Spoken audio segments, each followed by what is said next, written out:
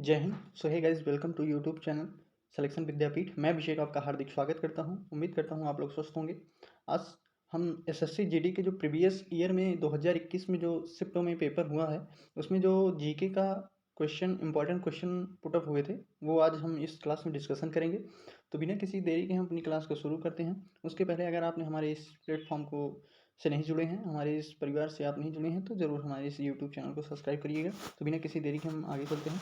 तो हमारे सामने जैसे हमारा पहला क्वेश्चन दिया गया है, सम्राट डैश ने मोहम्मद हुसैन अली कातिब कश्मीर को उनकी सुंदर लिखावट के लिए जरीन कलम का स्वर्ण कलम की उपाधि से सम्मानित किया था। किसको सम्मानित किया था? औरंगजेब, जहांगीर, शाहजहां या अकबर? तो इसका राइट आंसर हो जाएगा अकबर। अकबर ने, सम्राट अकबर ने मोहम्मद हुसैन अली कातिब कश्मीर को उनकी सुंदर लिखावट के लिए जरीन कलम, ठीक है, जरीन कलम या स्वर्ण कलम की उपाधि से सम्मानित किया था। ठीक है, तो कौन से सम्राट ने किया था? सम्राट अकबर ने। ठीक है, सम्राट अकबर ने किसको, ये जरीन कलम से हुसैन अली कातिब को सम्मानित किया था। ठीक है, अगला क्वेश्चन पे देखते हैं। दिया गया है, कदमई डॉट डॉट डॉट राजवंश के तहत भू राजस्व का एक रूप था। कदमई जो एक कर था, वो किस राजवंश के तहत भू राजस्व का एक रूप था? तो इसका राइट आंसर क्या हो जाएगा? चोल। ठीक है, जो कदमई चोल राजवंश के तहत भू राजस्व का एक रूप था। ठीक है, अगला क्वेश्चन देखते हैं।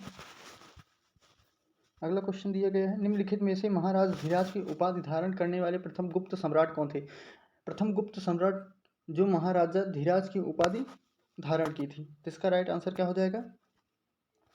इसका ऑप्शन दिया गया चंद्रगुप्त प्रथम या चंद्रगुप्त द्वितीय, समुद्रगुप्त या रामगुप्त। इसका राइट आंसर हो गया चंद्रगुप्त प्रथम ने महाराज धीराज की उपाधि धारण की थी, प्रथम गुप्त सम्राट थे। ठीक है, प्रथम गुप्त सम्राट थे। अगर पूछ लिए गुप्त संवत की शुरुआत किसने की थी, तो चंद्रगुप्त ने गुप्त संवत की स्थापना 320 ईसा पूर्व में की थी। ठीक है, और इनको समुद्रगुप्त को भारत का नेपोलियन कहा जाता है। ठीक है, नालंदा विश्वविद्यालय की स्थापना किसने की थी, ये कमेंट में जरूर बताएं। बोध गया एक महत्वपूर्ण बौद्ध तीर्थस्थल क्यों है? ठीक है, यहाँ गौतम बुद्ध का जन्म हुआ था, यहाँ गौतम बुद्ध को ज्ञान प्राप्त हुआ था। गौतम बुद्ध ने ज्ञान प्राप्त यहाँ पे ज्ञान प्राप्त होगा। ज्ञान प्राप्त करने के बाद यहाँ प्रथम उपदेश दिया था, या यहाँ गौतम बुद्ध को निर्वाण प्राप्त हुआ था। तो इसका राइट आंसर क्या हो जाएगा? बोध गया में। ये हम जानते हैं कि बोध गया में यहाँ गौतम बुद्ध को ज्ञान की प्राप्ति हुई थी। ठीक है, और अगर इनका जन्म स्थल पूछ लें, तो इनका जन्म स्थल लुम्बिनी था। इनके पिता का नाम क्या था? बुद्ध के पिता का नाम क्या था? तो इनके पिता का नाम शुद्धोधन था, माता का नाम महामाया देवी था। ठीक है, अगर पूछ ले गौतम बुद्ध का जन्म कहाँ हुआ था, तो ये कहाँ हुआ था? लुम्बिनी में हुआ था। ठीक है, कहाँ हुआ था? लुम्बिनी में हुआ था। इनको ज्ञान की प्राप्ति बोध गया में हुई थी। गौतम बुद्ध ने ज्ञान प्राप्त करने के बाद अपना प्रथम उपदेश कहाँ दिया था? तो ये अपना प्रथम उपदेश जो है श्रावस्ती, ये वहाँ पे दिए थे, सारनाथ में दिए थे। प्रथम उपदेश सारनाथ में दिए थे। और महापरिनिर्वाण, ठीक है, बौद्ध में 3 होते हैं। एक पहला होता है जब बुद्ध ने घर को त्यागा था, तो उसको कहते हैं महाभिनिष्क्रमण। ठीक है, उसके बाद इनके प्रथम उपदेश जब दिया था, तो उसको बौद्ध धर्म में क्या कहा गया है? जब इन्होंने प्रथम उपदेश दिया था, तो उसको धर्म चक्र प्रवर्तन कहा गया था। ठीक है, और इन्होंने प्रथम उपदेश कहाँ दिया था? श्रावस्ती में दिया था। ठीक है, इनकी मृत्यु जो है उसको महानिर्वाण कहा जाता है। ठीक है, महापरिनिर्वाण कहा जाता है। ये इनकी मृत्यु कहाँ हुई थी? कुशीनगर में हुई थी। इनकी मृत्यु कहाँ हुई थी? कुशीनगर में हुई थी। ठीक है, उम्मीद करता हूँ आपको अगर ये क्लास पसंद आ रही है, तो प्लीज़ हमारे इस चैनल को सब्सक्राइब करें। अगला क्वेश्चन, तंजावुर का राजराजेश्वर मंदिर निम्न में से किस देवता को समर्पित है? तो इसका राइट आंसर हो जाएगा भगवान शिव को। ये तंजावुर का राजराजेश्वर मंदिर, या इसे क्या कहा जाता है? राजराजेश्वर मंदिर को बृहदेश्वर मंदिर भी कहा जाता है। ठीक है, इसका निर्माण राजा राज प्रथम ने 1000 ईस्वी में करवाया था। ठीक है, यह मंदिर द्रविड़ शैली में बना था।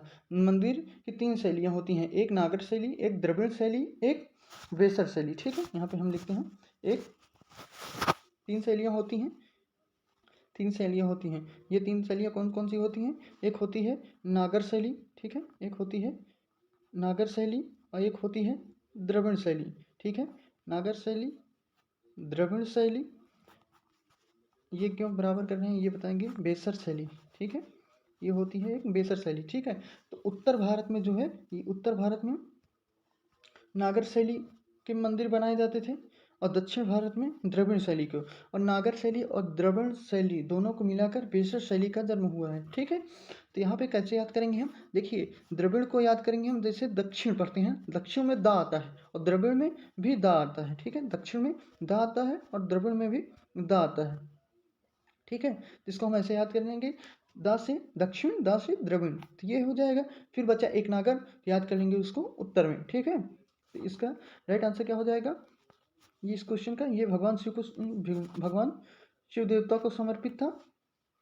इसका दूसरा नाम बृहदेश्वर मंदिर है। किसने बनाया था? राजराज प्रथम ने बनवाया था 1000 ईसा पूर्व में।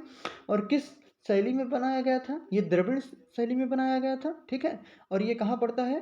तंजाउर, ये तमिलनाडु राज्य में स्थित है, ठीक है। भगवान शिव को समर्पित है। अगर पूछ ले विरूपाक्ष मंदिर कहाँ पे है, तो ये हम्पी में है, भगवान शिव को समर्पित है। और मीनाक्षी मंदिर मदुरई में है, शिव पार्वती को समर्पित है, ठीक है। अगर लिंगराज मंदिर पूछ ले, ये भुवनेश्वर में है, उड़ीसा, भगवान शिव को समर्पित है।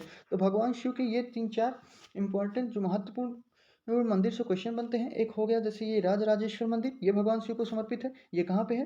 तंजाउर में है, तमिलनाडु में, ठीक है। एक पूछ ले जैसे भगवान शिव को समर्पित दूसरा मंदिर विरूपाक्ष मंदिर है, जो कि हम्पी में है। तीसरा भगवान शिव को लिंगराज मंदिर, जो कि भुवनेश्वर में है। अगला क्वेश्चन, निम्न में से कौन सी पुस्तक बाण भट्ट द्वारा लिखित है, ठीक है। ये 1/12/2001 की शिफ्ट में पूछा गया था, ठीक है। 1/12/2001 की शिफ्ट में ये क्वेश्चन पूछा गया है, ठीक है। कौन सी पुस्तक बाण भट्ट द्वारा लिखित है? तो इसमें हम देख लेते हैं अष्टाध्यायी के लेखक कौन है। अष्टाध्यायी के लेखक पाणिनि है। हर्षचरित किसकी है? हर्षचरित किसकी है? तो ये है बाण भट्ट की, ठीक है। इसका राइट आंसर भी हो जाएगा बाण भट्ट, ठीक है। इसका राइट आंसर हो जाएगा बाण भट्ट, ठीक है। बाण भट्ट की पुस्तक कौन सी है? हर्षचरित है, ठीक है। अकबरनामा किसने लिखा था? अकबरनामा लिखा था अबुल फजल ने, ठीक है। किसने लिखा था? अबुल फजल ने। और मालविकाग्निमित्रम किसने लिखा था? कालिदास ने। इसका राइट आंसर क्या हो जाएगा? कालिदास। और पूछ ले अष्टाध्यायी के लेखक पाणिनि थे, ठीक है। महाभाष्य पतंजलि की थी, मेघदूत कालिदास की थी। कालिदास की कौन कौन सी इंपॉर्टेंट है? जैसे ये मालविका अग्निमित्रम हो गई, ठीक है। उसके बाद हो गई जैसे मेघदूत हो गई। अगला क्वेश्चन देख लेते हैं। अगला क्वेश्चन दिया गया है, बनारस के इनमें से किस राजा को 1781 में वारन हेस्टिंग द्वारा गिरफ्तार किया गया, ठीक है। किस ऑप्शन में है? बलवंत सिंह था, उदित नारायण सिंह था, चेत सिंह था, या महीप नारायण सिंह। तो इसका राइट आंसर क्या हो जाएगा? चेत सिंह, ठीक है। इसका राइट आंसर हो जाएगा चेत सिंह को वारन हेस्टिंग ने 1781 ईस्वी में गिरफ्तार कर लिया था। वारन हेस्टिंग्स 1774 ईस्वी में भारत का प्रथम गवर्नर जनरल बना था, ठीक है। ये भी याद रखेंगे कि भारत का प्रथम गवर्नर जनरल जो था वारन हेस्टिंग था, और वो 1774 में बना था, ठीक है। गीता को अंग्रेजी में अनुवाद किसने किया था? अब ये क्वेश्चन आपने ये आप बताइएगा कमेंट में कि गीता को, नहीं तो ये लास्ट में हम बताएंगे जरूर, गीता को अंग्रेजी में अनुवाद किसने किया था, ठीक है। अब पूछा है कुतुब मीनार के 5वें तल का निर्माण निम्न में से किस शासन काल के दौरान किया गया था, ठीक है। मीनार की नींव जो है, ये कुतुब मीनार की नींव जो है, ये कुतुबुद्दीन ऐबक ने रखी थी, ठीक है। इनके दामाद इल्तुतमिश थे। कुतुबुद्दीन ऐबक जो थे, ये कुतुब मीनार के सिर्फ नींव रखे थे। इनके दामाद जो थे, ठीक है, नींव रखे थे। इनके दामाद इल्तुतमिश जो थे, इन्होंने कुतुब मीनार को 3 मंजिला बनवाया था, ठीक है। किसी कारण बस उसकी एक मंजिल जो है टूट गई थी, जिसके बाद फिरोज शाह तुगलक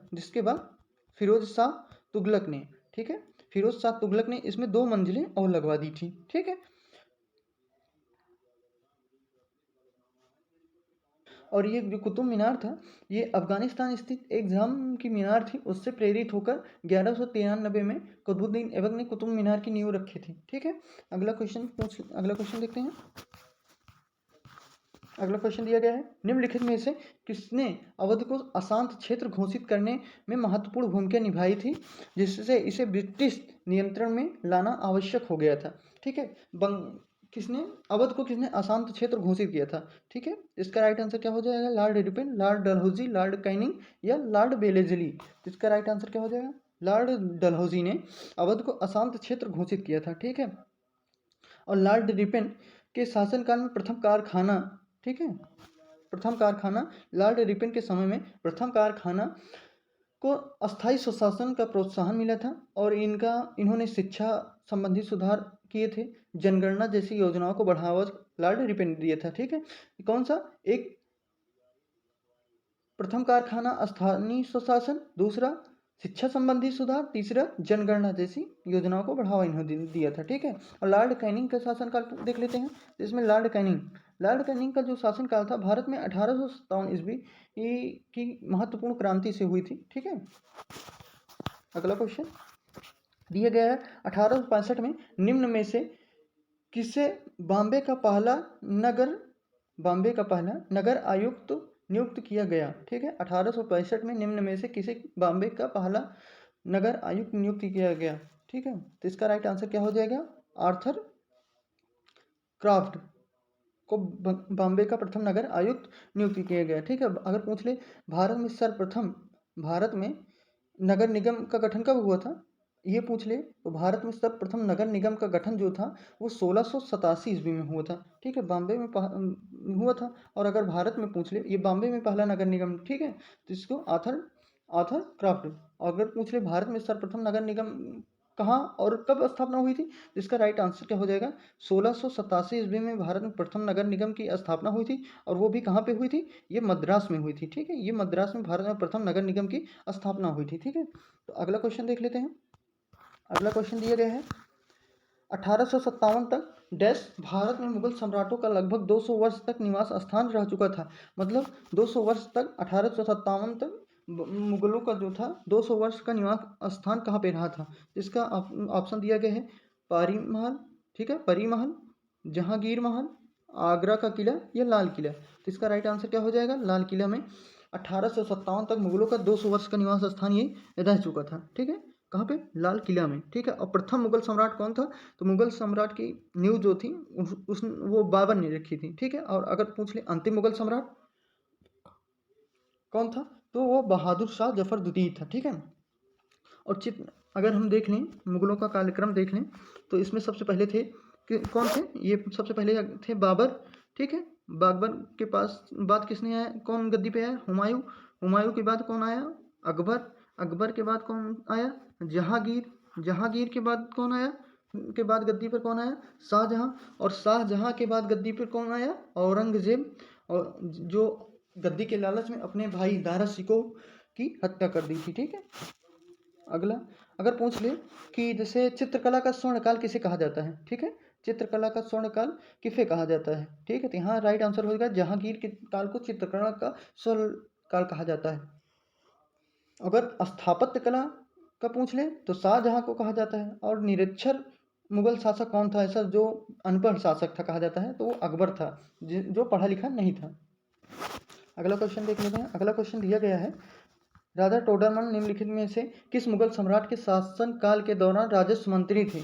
ठीक है, तो ये किसके शासन काल के दौरान राजस्व मंत्री थे? तो ये अकबर के शासन काल के दौरान यहाँ के राजस्व मंत्री थे राजा टोडरमल। ठीक है, अकबर के दरबार के नवरत्न जो थे, एक थे राजा बीरबल, तानसेन, अबुल फजल, फैजी राजा मानसिंह।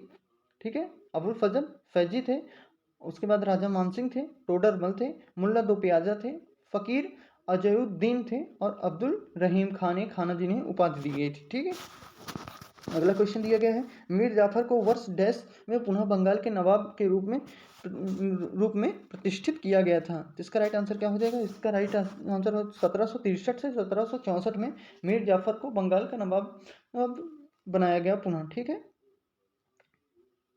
और प्लासी के और पूछे अगर कि इसे पुनः बंगाल का नवाब कौन बनाया था, तो इसका राइट आंसर हो जाएगा रॉबर्ट क्लाइव ने। ठीक है, इसने जो है प्लासी के युद्ध में और पूछ ले प्लासी का युद्ध कब हुआ था? 1757 में प्लासी के युद्ध में इसने रॉबर्ट क्लाइव का साथ दिया था, जिसके कारण इसे 1763-64 में बंगाल का नवाब बना दिया गया था। ठीक है, अगर पूछ ले प्लासी का युद्ध कब हुआ था तो 1757 में हुआ था। ठीक है, अगला क्वेश्चन दिया गया है निम्नलिखित में से कौन इब्राहिम लोदी को पराजित करने के बाद पहला मुगल सम्राट बना? तो वही जैसे अभी हमने पहले वाले क्वेश्चन में देखा था तो कि मुगल सम्राट की नींव किसने रखी थी? तो बाबर ने। ठीक है, तो इब्राहिम लोदी को पराजित करने के बाद बाबर पहला लोदी को पराजित करने के बाद पहला मुगल सम्राट बाबर बन गया था। ठीक है, और 1726 में बाबर और इब्राहिम लोदी के बीच पानीपत की प्रथम युद्ध हुआ था। ठीक है, जिसके बाद बाबर ने ये मुगल सम्राट की नींव जो रखी थी। अगला क्वेश्चन दिया गया है शरीयतुल्लाह खान अंग्रेजों के खिलाफ डैश का हिस्सा थे। ठीक है, तो इसमें पूछा गया कौन सा आंदोलन या विरोध में अंग्रेजों के खिलाफ शरीयतुल्लाह खान इसके हिस्सा थे। ठीक है, तो इसका राइट आंसर क्या हो जाएगा? इसका राइट आंसर हो जाएगा फराजी आंदोलन। ठीक है, फराजी आंदोलन का मुख्य उद्देश्य ये था इस्लाम धर्म में सुधार करना था। ठीक है, इस्लाम धर्म में शुरुआत करना था और इसकी शुरुआत हाजी शरीयतुल्लाह द्वारा की गई थी और इनका मुख्य उद्देश्य सिर्फ यही था कि इस्लाम धर्म के लोगों को सामाजिक भेदभाव व शोषण से बचाना था। ठीक है, अगर पूछ ले सन्यासी विद्रोह तो सन्यासी विद्रोह दर्जी नारायण थे, उन्होंने इसका शुरू किया था। और पूछ ले जैसे वहाबी आंदोलन तो इसका सैयद अहमद इससे संबंधित है। और फ़कीर विद्रोह, ठीक है, ये फ़कीर विद्रोह इसका नाम मजनून शाह एवं चिराग अली थे। ठीक है, अगला क्वेश्चन देखते हैं बॉम्बे में पहली सूती कपड़ा मिल की स्थापना कब हुई थी? पहली सूती कपड़ा मिल बॉम्बे में स्थापना कब हुई थी? इसका ऑप्शन दिया गया है, पहला ऑप्शन दिया गया है 1876 में या 1854 में या 1867 में या 1845 में। इसका राइट आंसर क्या हो जाएगा? बॉम्बे में पहली सूती कपड़ा मिल की स्थापना कब हुई थी? तो इसका राइट आंसर हो जाएगा 1800। इसका राइट आंसर हो जाएगा 1854 में बॉम्बे में पहली सूती कपड़ा मिल की स्थापना हुई थी। ठीक है, अगर पूछ ले कि भारत में सूती वस्त्र की पहली मिल तो इसका राइट आंसर हो जाएगा इसकी स्थापना जो है 1818 में कोलकाता में हुई थी। ठीक है, सबसे पहली मिल कोलकाता में लगी थी जो 1818 में लगी थी। ठीक है, पर लेकिन ये असफल रही थी। अगला क्वेश्चन देखते हैं निम्नलिखित में से कौन सा समाचार पत्र राजा राम मोहन राय द्वारा शुरू किया गया? ठीक है, तो इसका राइट आंसर क्या हो जाएगा? इसका राइट आंसर हो जाएगा संवाद कौमुदी। ठीक है, राजा राम मोहन द्वारा संवाद कौमुदी समाचार पत्र की शुरुआत हुई थी। ठीक है, संवाद कौमुदी जो था 19वीं शताब्दी के पूर्वांध में राजा राम मोहन राय द्वारा ये कोलकाता से प्रकाशित होता था। ठीक है, एक बंगाली और ये साप्ताहिक समाचार पत्र था। अगला क्वेश्चन दिया गया है कृष्णदेव राय जिन्होंने 1509 में से 1529 तक विजयनगर पर शासन किया किस राजवंश से थे? ठीक है, कृष्णदेव राय जो थे वो किस राजवंश से थे पूछा गया है। इसका राइट आंसर हो जाएगा वो तुलु राजवंश से थे। ठीक है, तुलु राजवंश से थे। संगम वंश की स्थापना किसने की थी? हरिहर और बुक्का ने। ठीक है, संगम वंश की स्थापना किसने की थी? हरिहर और बुक्का ने। ठीक, इसमें की थी। ठीक है, और तुलु वंश की स्थापना किसने की थी? तुलु वंश की स्थापना वीर नरसिंह ने की थी। अगला क्वेश्चन दिया गया है खिलजी और तुगलक शासकों ने सैन्य कमांडरों को क्षेत्र का गवर्नर नियुक्त किया था। ठीक है, इन क्षेत्रों को किस नाम से जाना जाता था? खिलजी वंश और तुगलक वंश के शासकों ने जो सैन्य कमांडरों को क्षेत्र का गवर्नर नियुक्त किया था, इन क्षेत्रों को किस नाम से जाना जाता था? ऑप्शन है मुक्ति या इक्तादार या इक्तादार या इक्ता या सामंत। इसका राइट आंसर क्या हो जाएगा? इक्ता के नाम से इसको जाना जाता था। ठीक है, खिलजी वंश के समय संबंधी जो विभाग थे वो ये इक्तादार पे। जैसे अगला क्वेश्चन दिया गया है कालिदास रचित नाटक अभिज्ञान शकुंतला और राजा डैश की प्रेम कथा थी। मतलब कालिदास द्वारा जो रचित एक नाटक था अभिज्ञान शकुंतलम। ठीक है, इसमें शकुंतला और किसके प्रेम की कहानी थी? तो इसका राइट आंसर क्या हो जाएगा? राजा दुष्यंत। शकुंतला और राजा दुष्यंत की प्रेम कथा थी? कालिदास की रचना मालविका अग्निमित्रम में अग्नि और मालविका की प्रेम कहानी थी। ठीक है, कालिदास की जो एक और नाटक था उसमें था जो मालविका अग्निमित्रम था, उसमें अग्निमित्र और मालविका की प्रेम कहानी थी। और कुमार शंभुवम इनका एक था, तो उसमें शिव पार्वती की प्रेम कथा थी। और मेघदूत में यक्ष द्वारा मेघ से प्रेयसी को संदेश पहुंचाने की प्रार्थना थी। इसमें क्वेश्चन दिया गया है, वर्ष डैश में अपनाया गया भारतीय राष्ट्रीय कांग्रेस के तिरंगे झंडे के केंद्र में चरखा रखा गया था। मतलब किस वर्ष में जो झंडा अपनाया गया था भारतीय राष्ट्रीय कांग्रेस के द्वारा, उसमें एक चरखा था। तो इसका राइट आंसर क्या हो जाएगा? इसका राइट आंसर हो जाएगा 1931 में भारतीय राष्ट्रीय कांग्रेस द्वारा अपनाए गए तिरंगे में चरखा था। ठीक है, अगर पूछे झंडा, ठीक है, जैसे झंडा समिति के अध्यक्ष कौन थे, तो झंडा समिति के अध्यक्ष कौन थे? डॉक्टर राजेंद्र प्रसाद थे। और भारतीय तिरंगे की लंबाई और चौड़ाई का अनुपात पूछा जाता है, तो उसका लंबाई और चौड़ाई का अनुपात लंबाई 3 और 2, तो इसका हो जाएगा 3:2 में इसकी लंबाई और चौड़ाई है। इसे 22 जुलाई 1947 को अपनाया गया था नए झंडे को। ठीक है, अगला क्वेश्चन दिया गया है, गांधी जी ने वर्ष डैश में अहमदाबाद में सूती मिल श्रमिकों को साथ लेकर एक सत्याग्रह का आयोजन किया था। तो इसका राइट आंसर हो जाएगा, ऑप्शन दिया गया 1915, 1929, 1918 या 1921। तो इसका राइट आंसर हो जाएगा 1918। 1918 में गांधी जी ने अहमदाबाद में सूती मिल श्रमिकों को साथ लेकर एक सत्याग्रह शुरू किया था, सत्याग्रह का आयोजन किया था। ठीक है, अगर पूछ रहे गांधी जी का प्रथम जो चंपारण सत्याग्रह जो था वो 1917 में था। इनके जो विभिन्न सत्याग्रह थे हम देख लेते हैं। ठीक है, गांधी जी के विभिन्न सत्याग्रह जो थे 1917 में इनका चंपारण का सत्याग्रह था। और 1918 का इनका खेड़ा सत्याग्रह था। और 1918 का इनका खेड़ा का सत्याग्रह था। ठीक है, इनका खेड़ा का सत्याग्रह था। और 1919 को, ठीक है, 1917 में चंपारण, 1918 में खेड़ा, 1918 में अहमदाबाद मिल मजदूर, 1919 में खिलाफत आंदोलन, 1919 में इनका खिलाफत आंदोलन था। 1919 में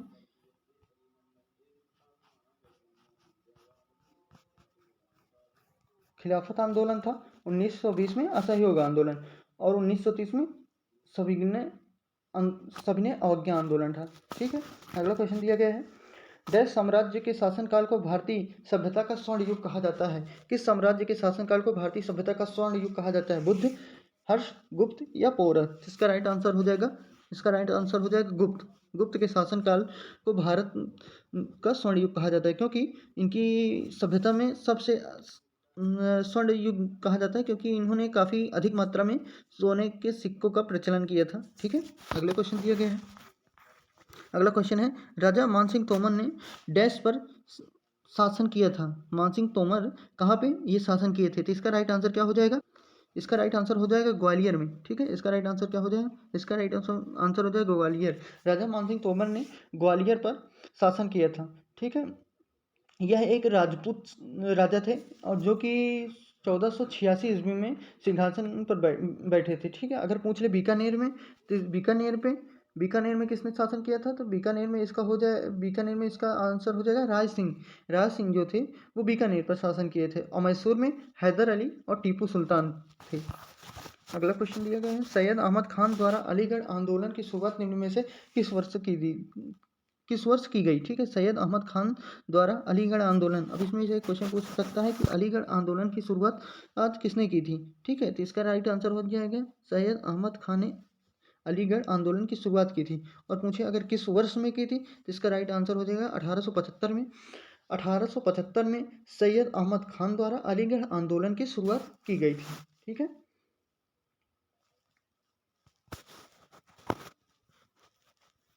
अगला क्वेश्चन दिया गया है, खान अब्दुल गफ्फार खान निम्न में से किस क्षेत्र में पश्तून पठान थे? खान अब्दुल गफ्फार खान जो थे वो किस क्षेत्र में पश्तून नेता थे? तो इसका राइट आंसर हो जाएगा उत्तर पश्चिम सीमांत में। ठीक है, खान अब्दुल गफ्फार खान जो थे सन 1930 में इन्हें खुदाई खिदमतगार के नाम से भी खुदाई खिदमतगार नाम से संगठन की स्थापना की थी। ठीक है, खान अब्दुल गफ्फार खान ने 1930 में खुदाई खिदमतगार नाम के एक संगठन की स्थापना की थी और ये उत्तर पश्चिम सीमांत प्रांत से थे। ठीक है, अगला क्वेश्चन दिया गया, भारत में ब्रिटिश शासन के दौरान निम्नलिखित में से किसने रैयतवाड़ी व्यवस्था की शुरुआत की? ये काफ़ी इंपॉर्टेंट क्वेश्चन है।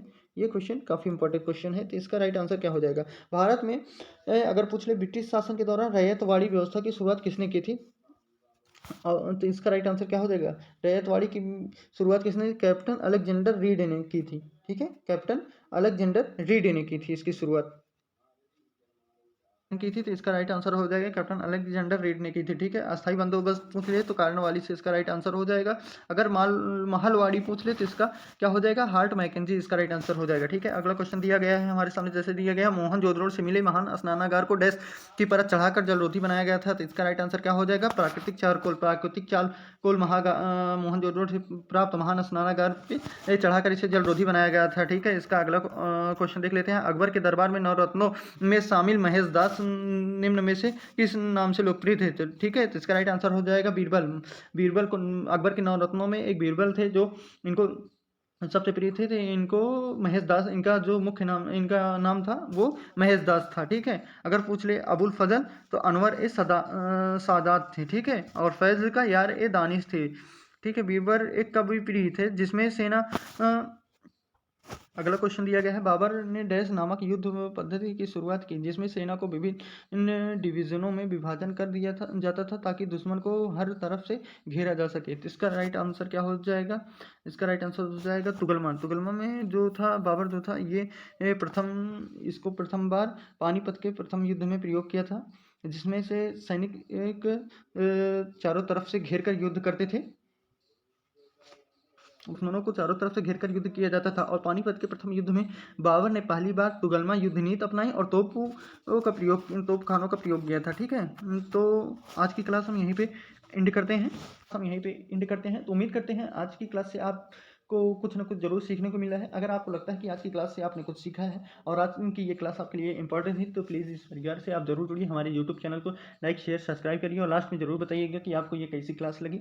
आने वाली हम क्लासों में एक ये शुरू करेंगे, जैसे एक क्लास में हम मुगल लेंगे, तो मुगल में उनके सभी वंशज और जो मुख्य उससे तथ्य हैं सभी पर डिस्कशन करेंगे। तो अगर आपको ये कैसा लगेगा, ये वीडियो आपको कैसी लगेगी, प्लीज़ आप कमेंट में ज़रूर बताइए, तो हम जल्द से जल्द ये वीडियो लाएंगे। अगर आपको ये अच्छा लगता है, तो अगर आज की क्लास से आपने थोड़ा सा भी कुछ सीखा है, तो प्लीज़ हमारे इस यूट्यूब चैनल को सब्सक्राइब करिएगा। जो आपका वो अभी एक सब्सक्राइब होता है ना, वो और लाइक होता है, वो हमारे लिए बहुत ज़्यादा खास होता है, इसलिए प्लीज़ लाइक शेयर सब्सक्राइब जरूर करिएगा। तब तक के लिए जय हिंद। मिलते हैं अपनी अगली क्लास में।